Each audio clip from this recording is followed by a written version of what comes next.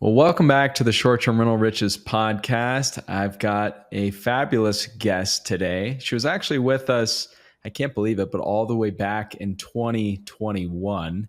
Amanda Hahn, she is an expert in tax strategy, a CPA. She specializes in real estate, which is right up our alley. She's helped thousands of people over the years, including myself. She's been featured on Forbes, on Money Magazine, on Bigger Pockets. She's an author, and her company do incredible work. So, welcome to the show, Amanda. Yeah, I'm so excited to be back, Tim. I didn't know it was that long ago that I was here, but excited to Yeah, be here. I went back and checked the archives right before jumping on in 2021. I can't believe it. Yeah, we're in our fifth year, and time's just flying. And the industry, the short term rental industry, has definitely changed a lot over those years, and so have tax laws and all the everything that goes with that. And so we got a lot of things that we can talk about today. Um, but I guess before we do that, if you could just shed some light on why it's important for us as real estate investors to be planning out our tax strategy, and some of the ways that people are using real estate to save a lot on taxes. Yeah, I think Robert Kiyosaki was the person who said this. It's not about how much money you make, it's about how much of it you actually get to keep.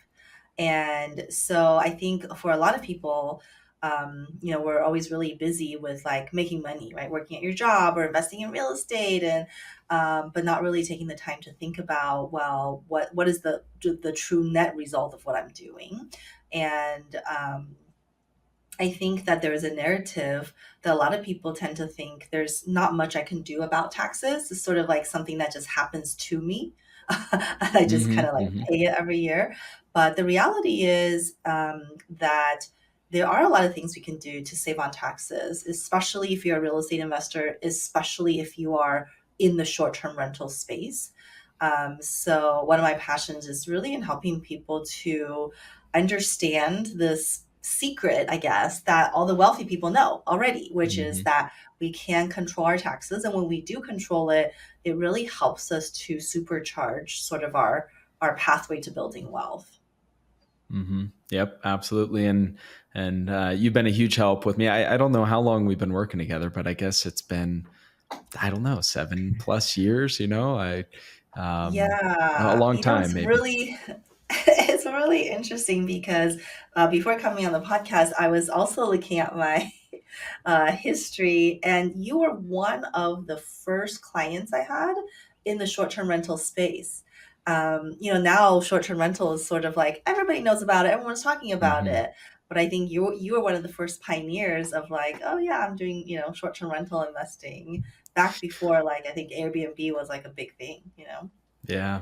Yep. It's been a while for sure. And still going strong. Still a lot of opportunity in the industry. So, but of course, it doesn't make a lot of sense if we're making a lot of money and we give it all back in taxes. So, we did talk about a lot of great things in our last episodes. Those were all the way back, episode 61 and 62. So, for those of you out there, please go back and check those out.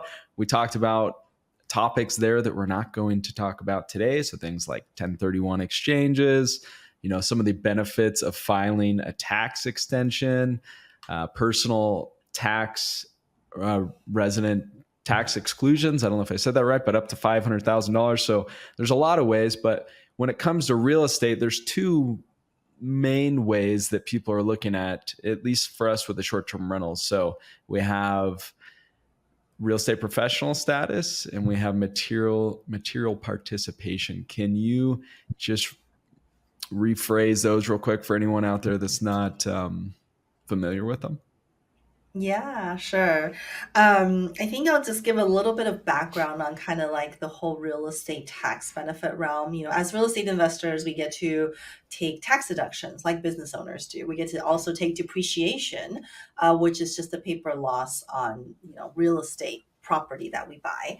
And so, what happens a lot is, we often see is like an investor buys a property, we get good cash flow and appreciation, but on the tax return, it's actually showing up as a loss, right? Because of these write-offs and depreciation. So the question becomes, well, what happens to that loss? What kind of income can I offset with these rental losses that I have? And for people that are in the traditional long-term rental space, you can't, if you make over $150,000 of income, and that's whether you're single or married, your rental losses no longer offset W 2 income. We can only use it to offset income from other rental properties or other passive income we have, unless if you or your spouse is a real estate professional. And so a couple different ways you have to couple different rules you have to meet to be a real estate professional, one of which is you have to spend more time in real estate than your jobs. So for most people who still work a full-time job, it's almost impossible to spend more time in real estate than your Right. job. And that's historically been like a limitation. For people who buy real estate, they're like, wow, I love all the benefits, but I can't use it against my W-2 income, and I really, really wanted to do that. And so that's where the term short-term rental tax loophole was then invented. And I don't know if I invented this or you invented it. Like you and I are like one of the original short-term rental people. But now everybody knows about it, which is great, right? That's Mhm. why we're here, which we want to share this secret. So the reason that we call it the short term rental tax loophole is because when you're a short term rental investor, you actually don't have to be a real estate professional. You can potentially use your short term rental tax losses to offset W 2 income, regardless of how many hours you spend at your job. We only care about whether you meet material participation hours in rental real estate. And so, to answer your question now, then, what is material participation? There's a couple different ways to meet it. One of which is that you and a spouse, if you're married, spend at least 500 hours on your short term rental properties. So if I buy a short term rental this year, I'm staging it, I'm managing it, I'm dealing with my cleaning crew, or maybe I'm cleaning myself. If I have 500 hours on my short term rental, then I can potentially use all these tax benefits against my W 2 income, regardless of how many hours I'm working full time. And so this then becomes really beneficial for people who, like a high income doctor, an attorney, or both spouses working full time. Short term rental is a really great way for them to buy real estate and save on taxes, and them not having to quit their job, basically. hmm Yep. It's a great benefit for those of us in the short-term rental world if we qualify. And one of the things that's happened over the last couple of years, so yes, lots of people went out and they used this loophole and they bought properties, and it's worked well for a lot of us. But there has been a few of us, or at least now more and more, that are maybe weren't covering their tracks, they weren't tracking their time properly, and they might be in the position where they're getting audited now. So if I understand correctly, the IRS increased their budget for audits by like $80 billion. Yeah, small amount, right? 80 billion. Right. I mean, who's It's counting? crazy. But yes, so IRS got a lot more funding, and it kind of makes sense, because the research shows that every dollar of increased audit results in $5 of tax revenue. So pretty amazing. If the IRS, the Mhm. government needs more money, it's like, don't raise taxes, just audit more people. And what we find is, when there are audits, it's not necessarily that the taxpayer is wrong. A lot of times it's just like you said, poor documentation. Like, we know we did these things, but how do we prove it? Like, we know we spent money on some stuff for our short-term rentals, but how do we prove it? And when it comes to audit, that's what it comes down to. Your ability to prove that you actually did these things, and that's what a lot of people don't know. I think, like you said, people heard about the short-term rental loophole. Everyone's using it, from like your mom to your aunt to celebrities you see on TV. It's like everybody loves short-term rentals. And but not really taking the time to think about, okay, we mentioned 500 hours. Did I actually spend that? How do I prove that I actually did those things? So I think in light of the fact that there's more audit now, it's even more important than before, just to make sure we don't just say we're doing these things. Let's make sure we have a good way of tracking and proving all the things that we're doing. Mhm. Yeah, one of the things that's a little scary, I guess, with the IRS is that We are guilty until proven innocent versus the norm, which is usually, we're innocent until proven guilty. Uh, Yeah. and so we need to make sure we're covering our bases. Do you Yeah, have and I some think a lot of recommend? people don't Go ahead. know that. People tend to think like, well, I mean, what they have to prove me wrong, right? How can they prove I didn't do this? And it's like, well, they don't have to. Tax deductions are provided that you can prove those things actually occurred. And so, I think on a base level, it's just understanding what are tax deductible items, and then having a good system in place to track those things. People always ask me like, what do you like? And my response is always, it's not about what I like, it's about what you like or your bookkeeper likes. Because at the end of the day, it has to be a system that you enjoy doing or you're not opposed to. I don't say enjoy. Nobody like enjoys bookkeeping, Mhm. but Right. something you're not super opposed to doing. Because if you're doing your own record keeping, it's got to be a system easy enough, convenient enough for you to do. QuickBooks might be really amazing because it has a lot of automations, and we love it as CPAs. But if the listener is someone who doesn't like software, doesn't want to learn it, then QuickBooks is not for you. Then you go back to like Excel or a notepad, however it is that. So it's about setting up a system so that when money is being spent, you automatically know or have a way of tracking it. Hmm. Hmm. Okay, good tips there. And yeah, I wouldn't say bookkeeping is necessarily my favorite part of the business, but it is necessary. And so is tracking the time, as you mentioned. And I'm sure there's some of us out there that are wondering, okay, what exactly counts towards my 500 hours or my 100 hours with material participation, whichever route they're going. Could you speak a little bit about some of the normal activities and then maybe a couple that people might think they can count, but they can't? Yeah, love it.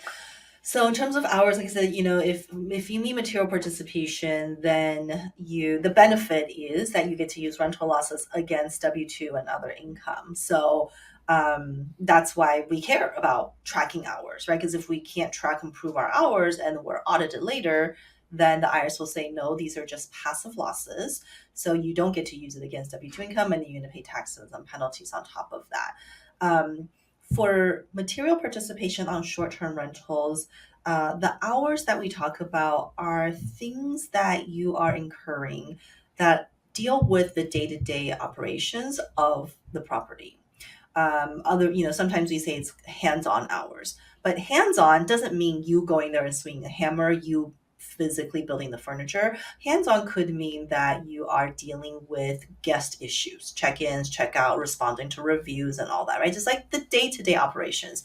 Hmm. Again, you don't have to be the one cleaning the property during turnovers, but you certainly could be the one to help schedule those people, schedule your cleaning crew and things like that. So it's staging the property, getting it ready, the property management aspects of it, dealing with your crew in entirety.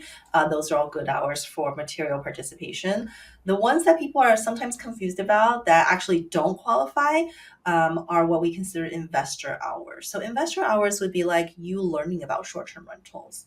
I want to invest in short-term rental. I want to learn about it. Those aren't involved in the day-to-day operations, so those are typically not part of those eligible hours. Other common ones are, like me attending real estate conferences, me analyzing properties, looking for new properties. And I think an easy kind of a cheat sheet is to say, okay, this hour I'm spending, or these 30 minutes or 15 minutes, can I associate this time directly to Main Street rental, Fremont Street rental? And if you can't associate it with a specific property, then usually that means it's not an eligible hour because it's not involving the day-to-day operations of a specific property. Gotcha. So it's got to be tied directly to the property that you own and the one that you're working with. So if someone, let's say, spent 30 hours, it's just hypothetical, to buy Main Street, and they ended up buying Main Street and they were operating it because it's directly tied to that. In that situation, it's most likely would be counted. So usually what we would consider, and a lot of these things are kind of in the gray area, right? Like Right. tax law, many things are in the gray area. I would say from the time you close on the property, a lot of those hours will count. So I've closed on it, I now own it. Everything, should clearly count as long as I'm involved in the day-to-day operations. Mhm. Now, prior to the acquisition, at what point, is it me deciding between these three properties? Does that count? Probably not. If I've decided on the property, now I'm actually going through the act of closing. Like I'm getting the loans, I'm signing the paperwork.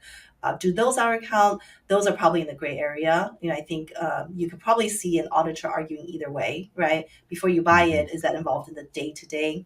Probably not. But if it was the CPA making the argument, you could say, well, if I didn't close on the property, then I could not have an actual property to buy. So it is close enough to operational point where maybe it is part of material participation. What we always suggest is you have to look at your risk tolerance level in terms of what should I count in these gray zones, right? Like it's not for sure, but maybe it could. Um, when we talk about using the short-term rental loophole, it's not just writing off and saving $10,000 in taxes or 15,000. As you know, the short-term rental loophole, we're talking about saving 50,000 in tax, 100,000, 200,000, and the risk is if we're creating these hours that either are we can't substantiate or are in the gray area, and eventually if they're thrown out for whatever reason, we want to make sure we have a good cushion of these really good hours. Mhm. You never want to be in a position where I have exactly 500 hours, and because I can't prove that one trip to the grocery store I'm at 499 hours, I lose the whole thing and I got to pay back taxes, right? So have good hours, have good documentation, and we always recommend doing more than the minimum, right? 500 Yeah. is the minimum. If we can get to 550, good. 600, even better. 800, amazing, right? Because you're Mhm. not as scared of like, wow, what if I just can't find that email or can't find that receipt? Then it's like things start to get thrown out. Right. Great. Great advice. Great advice. So having a buffer is an excellent idea. We don't want to be right on the line there. And one of the things that you mentioned there about gray areas. So yeah, there's some gray area on our end, but when we actually get audited, luckily I haven't, knock on wood, but if we were to get audited, every auditor is a little different, or they could interpret things differently, right? Could Yeah. you speak to that a little bit? Yeah, and that's always the unknown, it's like, what is life is like a box of chocolates Right, from right. Forrest Gump. And that's part of the kind of the art of dealing with auditors, with the additional funding from the IRS of the 80 billion in our firm, we've definitely seen an uptick in audits. Probably not surprisingly because a lot of our clients, I mean, most of our clients are in real estate. They've indicated real estate is an area they want to look into because they're trying to target wealthy people, right? Wealthy people invest in real estate. So I think it's not shocking that we've seen an increase in audits within our client base. Um, Part of the key to dealing with an audit is getting an understanding of what the auditor is looking for, and getting an idea on whether they're open to learning. And it might sound weird to you when I say the word learning, but we just finished an audit a couple weeks or maybe a couple months now ago, where I was a short-term rental investor in California. They had a handful of rental properties in Florida and Tennessee, just different states. Mhm. And the auditor's first reaction was after the initial meeting, they just sent an assessment like, this is done, audit is done, they're paying taxes on $300,000. And and so we Yikes. pushed back and said, were you going to audit anything, or was it just we had our conversation and you're like, nope, this person is, going to pay all the taxes. And for this auditor, their position was, this is a short-term rental. Short-term rentals are operated by Airbnb. Therefore, there is no way taxpayer could have spent any hours on them. And for us as short-term rental operators, that's crazy, right? Like, what do you Right, mean that's Airbnb is insane. operating it? Right. um, Wish it was And that so the whole easy. Right. Yeah. And so then from that point on, the whole purpose of the audit on our end was really to educate that auditor, like, what does Airbnb do? What do they not do? What does the client actually do? And then just kind of go through that whole process. Because, we assume the auditors have a good understanding of tax law and they know everything we do, but that's a great example of how they don't. And maybe, just being the devil's advocate, this might be someone who stayed at an Airbnb, didn't have any issues, didn't have to deal with the owner, and he thought everything was kind of done by Mhm. Airbnb. But when we go through and educate them, the ultimate result was really good for that specific case, where they end up having they allowed all these rental deductions once they understood the role of investor in Airbnb. But it Mhm. really could have gone another way, right? The auditor could have been someone who's like, nope, this is it, and if you don't like it, fight me in appeals or go to tax court. That gets a little bit tricky because then, we and the taxpayer have to decide, do you then want to spend the additional money to kind of fight it? And, what's the Mhm. cost benefit associated with something like that? And that's the Mhm. piece that unfortunately is unknown in every case. Sometimes you get a good, reasonable auditor. Sometimes they feel like they are the law, and, you got to pay more money to fight a person like that. Yeah. Yeah, and I would venture to say with 80 billion in additional funding that a lot of the auditors are probably new, right? They're Yeah, probably newer. it's a very smart observation. Fortunately, we have not come across that on our end, but I do have colleagues, other colleagues in the accounting world who say some of these newer auditors are a lot more difficult because they don't know the law, nor do they care to know the law, right? It's kind of like Mhm. this is what it is. I did read that, the one of the reasons the funding was so high is they're trying to recruit, the IRS is trying to recruit people with experience, because when you go after more complex things, even like a short-term rental, it's somewhat complex. It's more than a Mhm. 1040 tax return. So when you audit these things, the IRS do want their plan is to hire people who have experience. Maybe someone like me, I'd be recruited to work for the Mhm. IRS. Like, okay, you know the strategies, you know how people use it. Now help on this side and see how can we then audit them to make sure they pay the most. And for us, we've dealt with a couple people like that who used to be on Mhm. the taxpayers end and now are on the IRS. And we really love those people, because those people, they understand the rule. And if you're doing everything correctly, as long as you communicate that to them, usually quick, clean audit. So I, for one, like, I love it. I like you. I want you to hire experienced people who understand the law or who knows how to look up the law, because that's what we're operating with. We're operating based on the law, Mhm. more so than, because I say so mentality. Mhm. Good insights there. Okay, so a lot of good stuff here. Let's say someone actually does get audited and they're working with a tax professional. Hopefully, they are. Um, what would you recommend? Is it normally their tax professional that they are, hiring to step in and help with the audit, or what does that look like? Yeah, every audit is going to be a little bit different. So, like the way we approach it in our firm is we want to know what the auditor is looking at. So, it's typically having an initial meeting. I usually recommend that to be the CPA and the auditor. One tip for taxpayers: if you're audited, keep your mouth closed. Don't talk too much, because a lot of times, even in that initial phone call, they'll be like, "Tim, what do you do? You travel the world? Oh, great. You hardly do real estate." And so there's a lot of leading questions that are asked where you might just think I'm chit chatting, but it becomes very unfavorable, right? Later they reference, hey, Mhm. taxpayer himself said these, XYZ things. So typically you want the CPA to be the first call. What we do is we try to figure out, like, what are they looking at? What's the scope? And can we limit it? Like, hey, well, Tim's got all these things going on. What are you really going after? Oh, hours? Let's focus on hours.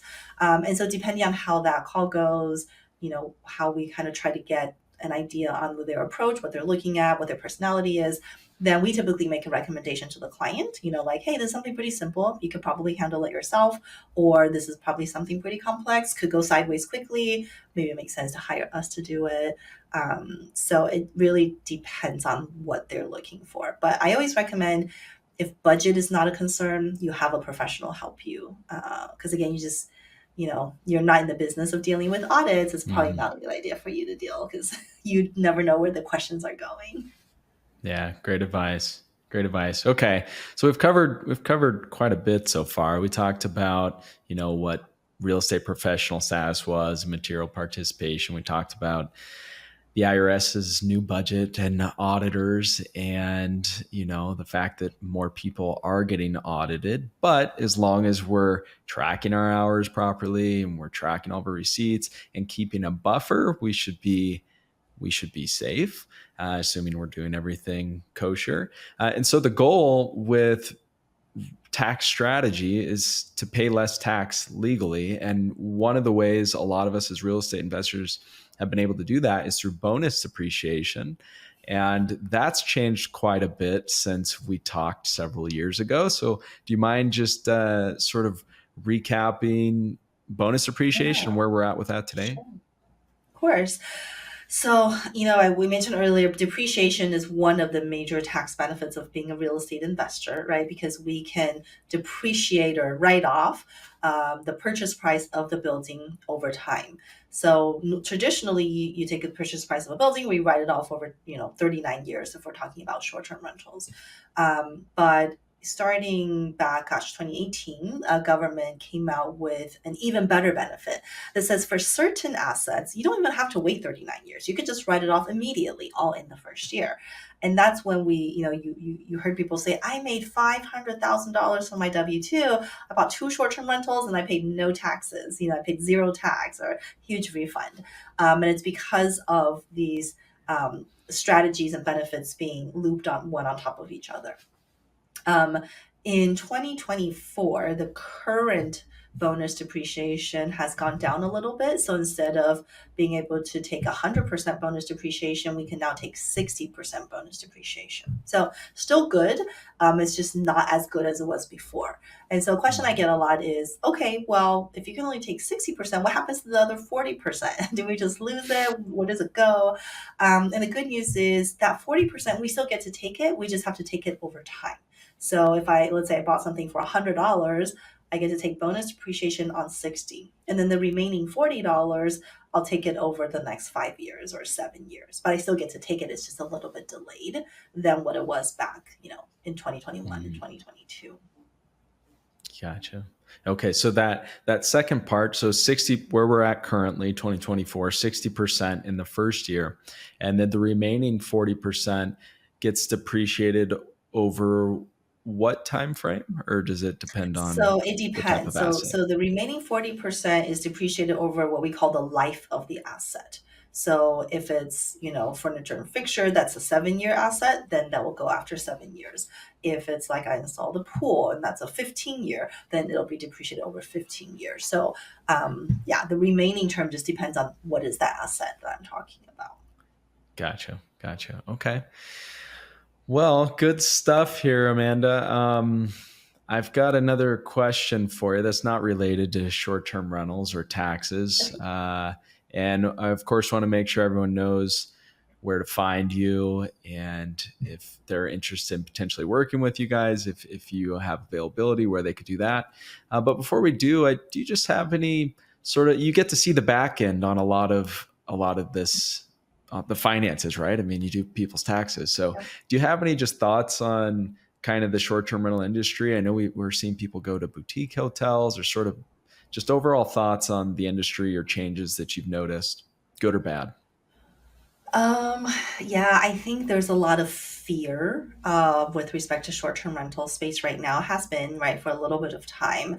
And I feel like that stems from all the people who kind of jumped into short-term rental space without really understanding the business. Because, back then we were in a time where there was almost no fit chance of failure, right? Everybody who invested made money.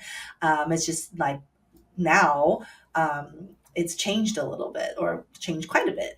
And so it's just, to be successful in short term rental, you have to like learn the business for lack of a better Hmm. description. But, a lot of our clients, including you, right? A lot of people are still very aggressive in the short term rental space. I have clients who are super excited about the fact that there is a fear mentality for short-term rentals, because now they're picking up properties for $700,000, whereas 2 years ago it was being sold for like 1.2 million, right? Hmm. And we also have clients who are just like in the luxury short-term rental space. That's almost like a niche within a niche, that are Hmm. doing really, really phenomenal too. So I think it's kind of just like how you look at the scenario. Most people are fearful, but a lot of the good, experienced people are like, this is great. This is what I've been waiting for the last couple years, and, excited to kind of be able to come back into the game. So those are Yeah. kind of what I'm seeing. But I love it when, investors, like newer investors, will tell me like, "Oh my gosh, short-term rental is dead. It's so crazy. It's so risky." It's like, is that just based on like the media, or have you actually done any research? Right. Right. Yeah. No, there's a lot of Airbnb bust out there, and we know that every real estate market is different. And so, of course, the returns with every property and every market are totally different. And so, I guess the important thing there is that there's still a lot of opportunity, but we got to make sure the numbers add up before we pull the trigger. Um, Yeah, and sometimes, yeah. I feel like it, that was always the case too, right? Like that was always the yeah, case. yeah. Even during the boom times, it was like, let's make sure the numbers make sense before you just Hmm. jump into this Airbnb just because you like it and your friends invested there. Hmm. Hmm. And sometimes, depending on where someone's at in their income tax bracket, these tax strategies, buying a short term rental that maybe is breaking even or even potentially losing a little bit, could still be good in the grand scheme of things. So it really does come down to planning, and we can't do that the day our taxes are due, can we? Yeah, I think that's probably one of the most common mistakes I see people make is, when, we always get a lot of calls like January through April. It's like, oh my gosh, I need tax planning. I'm going to owe a lot. And I tell people, unfortunately, it's too late. You can't tax plan for last year, but we can plan for Mhm. this year. And if you're planning in August or September, that's better than planning in December, right? The earlier in the year we plan, the more options we have. We get people who scramble in November to say, hey, I need to buy a short-term rental. I mean, I don't know. Maybe you'll find a good deal. Maybe you won't.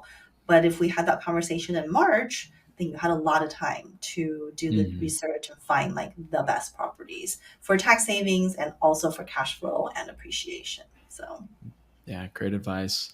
Don't leave it to the last minute. Okay, I've got one more question for you, Amanda. Not related to short term rentals or real estate or taxes, and that is that the name of the our show is Short Term Rental Riches. And a lot of times when people hear that name or they hear the word riches, they think about that word in a financial sense. But we know that life's not all just about finances and riches. So curious if you have something in your life, or maybe a habit or something you changed recently that's enriched your life in a non-financial way. oh man, that's a great question. For me, I think something I've changed recently is trying to be more aware. Um, and appreciative of things as they occur. And I don't know if I saw this on a social media post or something. People always talk about like the good old days. I remember when. So I try to be more conscious of like, well, one day I'm going to look back and say, I remember when. Like I remember Mhm. when my we just went on a family trip with myself, my husband, my kids, and my mom and my mother-in-law. And Awesome. I was just really trying to be aware of like, hey, this season in life is not going to be forever. Where my kids are smart enough to want to travel with me, and my parents are young enough where they could still travel, right? And so just trying to be Mhm. more aware of like now is going to be the future. Like I remember when, and try to enjoy and capture that, I guess, in my mind, because we're Mhm. so busy all the time just moving from things to things. And Yeah. yeah, I just think make it more enjoyable when you're doing it rather than stress about, mom and kids all with me on Mhm. vacation. Yep. I love that. Be more in the moment. Yeah, it's there's there's so many inputs these days, aren't there? And every day I feel like there's more, emails, social media channels, all this stuff. Yeah, yeah. Okay. Well, awesome. I really appreciate you coming back on, Amanda. I know our audience is learned a lot from you. Great advice. We talked about covering your bases. If you are trying to have the real estate status, real estate professional or materially participate, there are some rules associated with that. So you got to make sure you follow them, track them. Hopefully you don't get audited, but if you do, Amanda had some great tips for that as well. Real estate can be an amazing tax strategy, for someone that's not even in, that has a totally different career. So appreciate all the advice. Where can people go to learn more from you, find out about your company, all the above? Yeah, so my company is called Keystone CPA. So you can go to keystonecpa.com and we have a lot of great free resources there. We actually have a ebook on tax strategies for short-term rentals. So we talk a lot about that specific strategy. If you are looking for just daily tax tips, best place to find me is on Instagram as Amanda Han CPA. And if you're looking for a little bit more in-depth tax content, my YouTube channel is probably the best at Amanda Han CPA. Awesome. Well, thanks so much for coming on, Amanda. This was great. Yeah, thanks for having me. Take care. I've dedicated years figuring out how to manage my personal portfolio remotely. And it wasn't always easy, and it took a long time. But now, my amazing team can professionally manage my properties without me. And good news, our team can also manage yours. Let us save you the stress and headaches and some money by offering you an industry-low fee. To find out more about partnering with us, head to strriches.com, hit the property management button, answer a couple quick questions, and meet with me personally. That's strriches.com. Rest easy knowing that with my team, your properties will be in excellent hands.